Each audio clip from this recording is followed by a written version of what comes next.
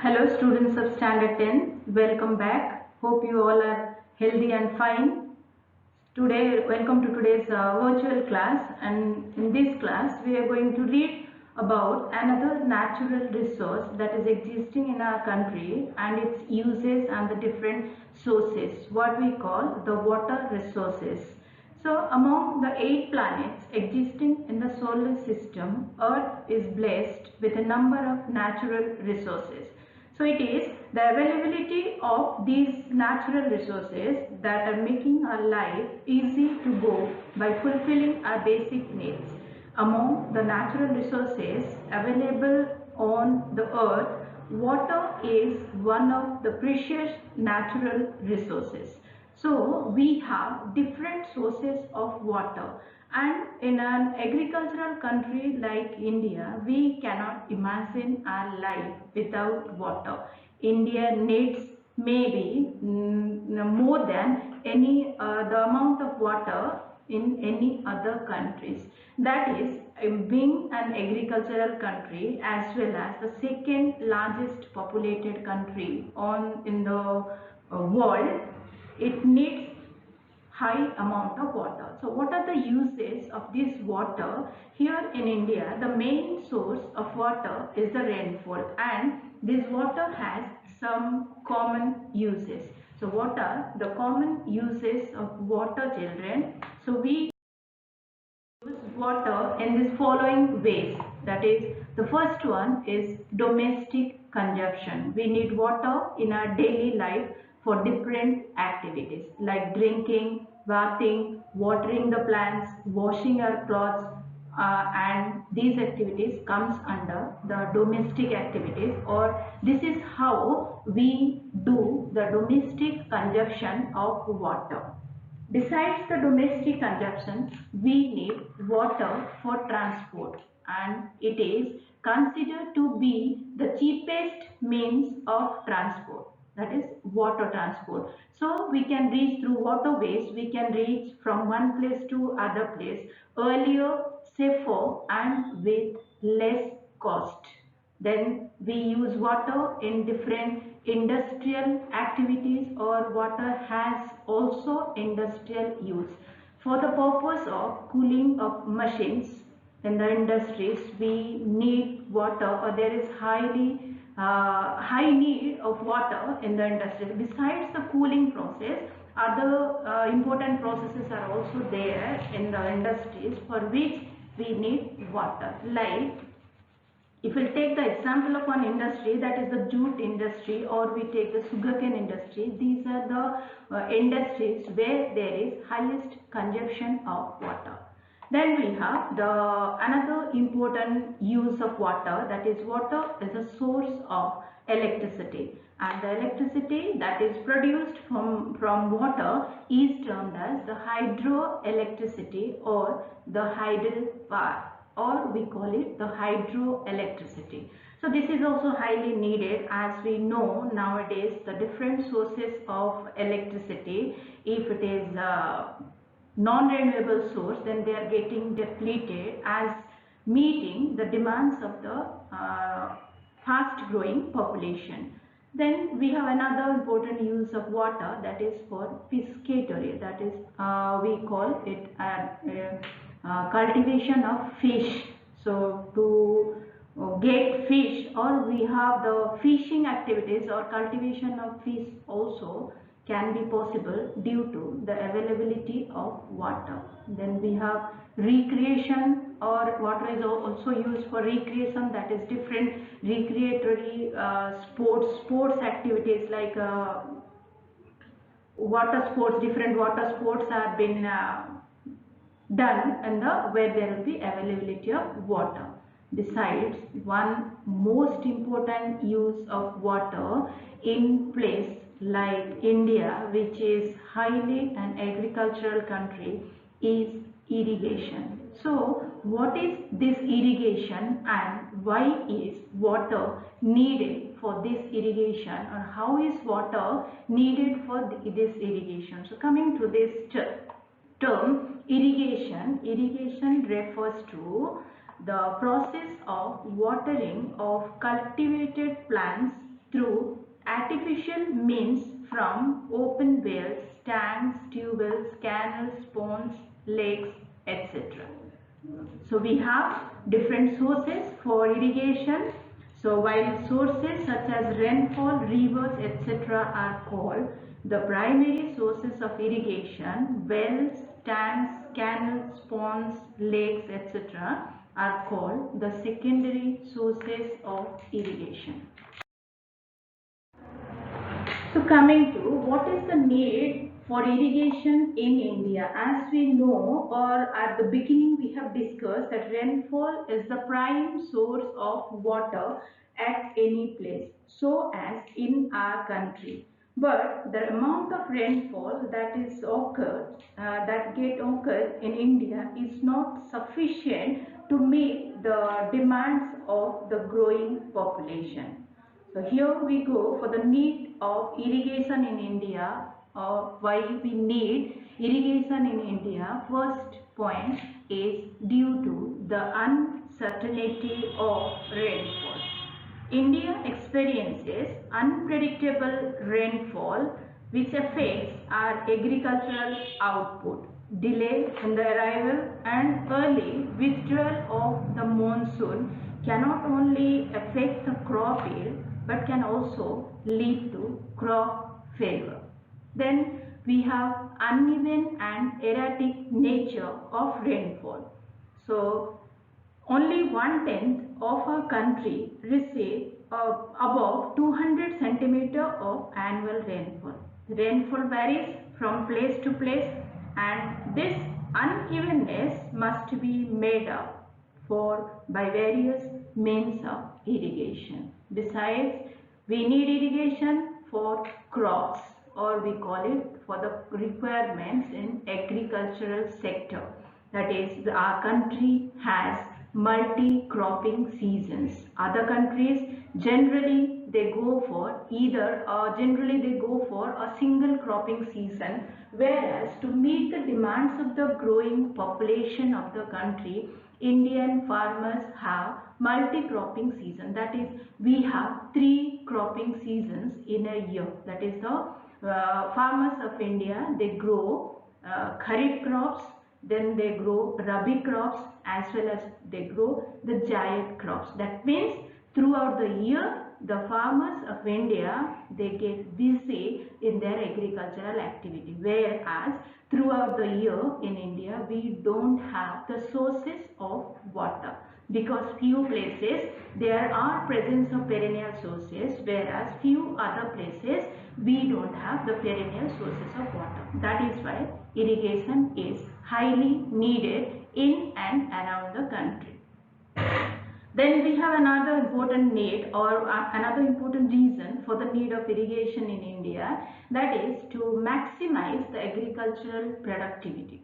What do you mean by maximize agricultural productivity? How much agricultural activities is getting or the farmers are carrying on, and the production or the harvest that they are getting out of that agricultural activities is not sufficient or enough to meet the demands of the growing population. So Indian farmers at times are forced to grow crops beyond their capacity. So in order to enable the Indian farmers to grow crops to meet the growing demands of the growing population, we need irrigation.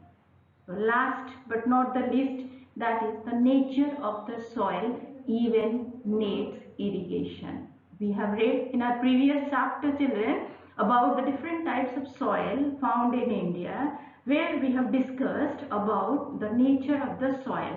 So few soils, among the types of soils that are available in our country, some soil they are highly moisture retentive, whereas some soils like the red soil is termed as a dry soil. They don't have enough capacity to carry the moisture, as a result of which generally in places where there is red soil or laterite soil, we need to go for for irrigation, or we need to go for artificial supply of water to the agricultural field.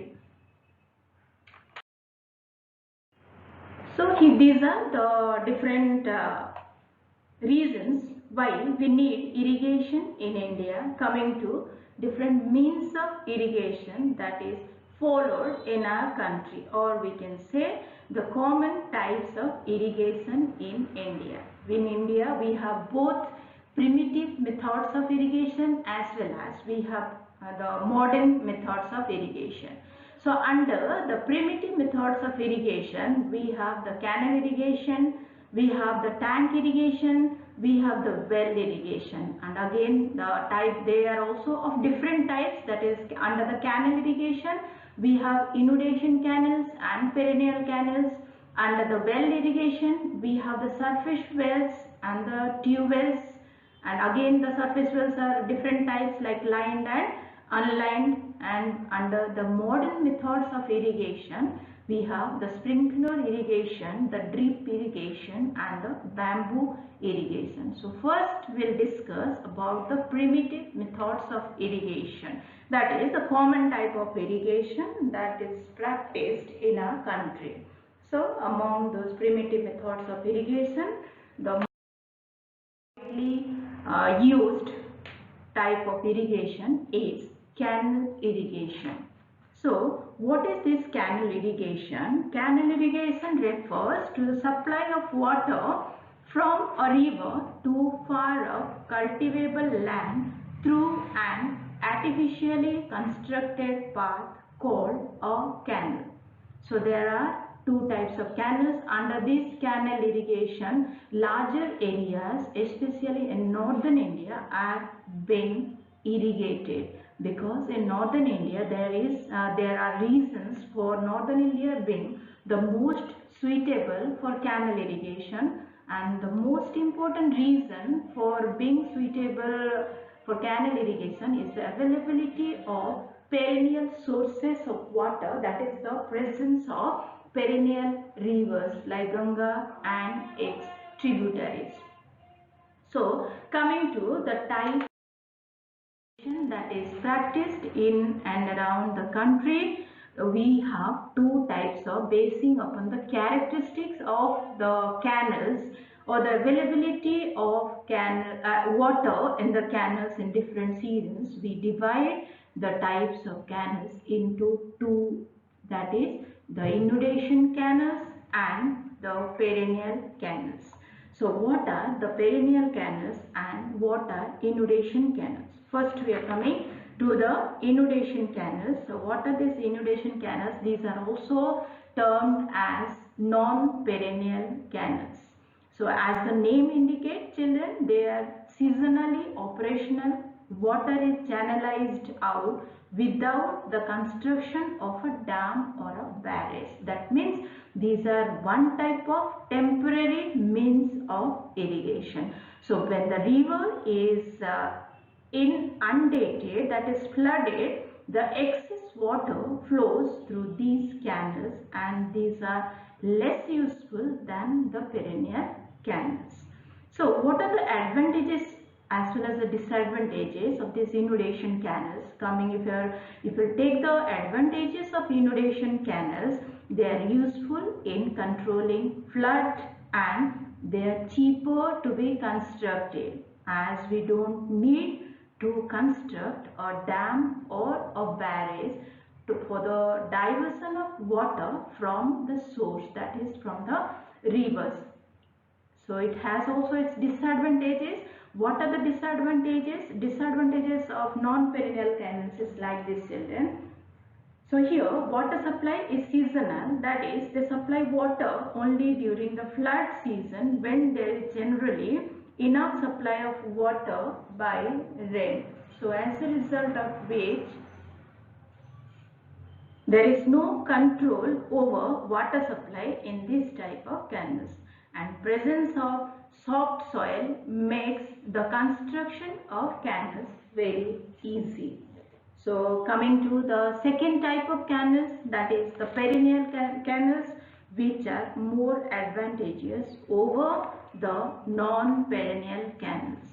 So what are these perennial canals? They have water throughout the year and they irrigate larger areas. So they draw water from perennial rivers by the construction of dams or barrages, and they are more popular in northern India as the rivers here are perennial and the land is relatively flat, making the construction of canals easier. One of the best examples of these perennial canals is the Indira Gandhi Canal, which is there a part of Rajasthan, is the longest canal in India, approximately with a length of 650 kilometers. So what are the advantages, children, of these perennial canals? These canals provide regular supply of water for irrigation throughout the year. They provide a mode of cheap internal water transport. They supply fertile alluvial soil to the irrigated fields and control flood in low-lying river plains. These are the advantages of these perennial canals. These canals also have their disadvantages. That is, supply of excess water renders the land infertile and unsuitable for agriculture in the long run. Then construction of these canals involves greater construction cost. Lots of cultivable land is wasted by means of constructing these type of canals. So these are the advantages and disadvantages as well as the definition of these two types of canals existing in India. Next we come to another widely used means of irrigation in India, that is well irrigation. So there is well irrigation. Under this well irrigation we have two types of wells. One is the surface wells and another is the tube wells.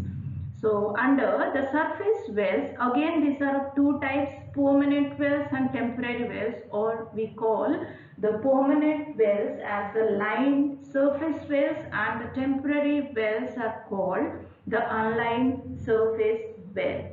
So unlined surface wells are also known as the Kacha wells and lined surface wells are known as the Pakka wells, where the unlined wells are dug mainly to enable indigenous forms of irrigation. Lined wells are dug for permanent irrigation facilities, and lined wells are comparatively deeper and carry more water than that of the unlined surface wells. So what is the advantage of well irrigation, children?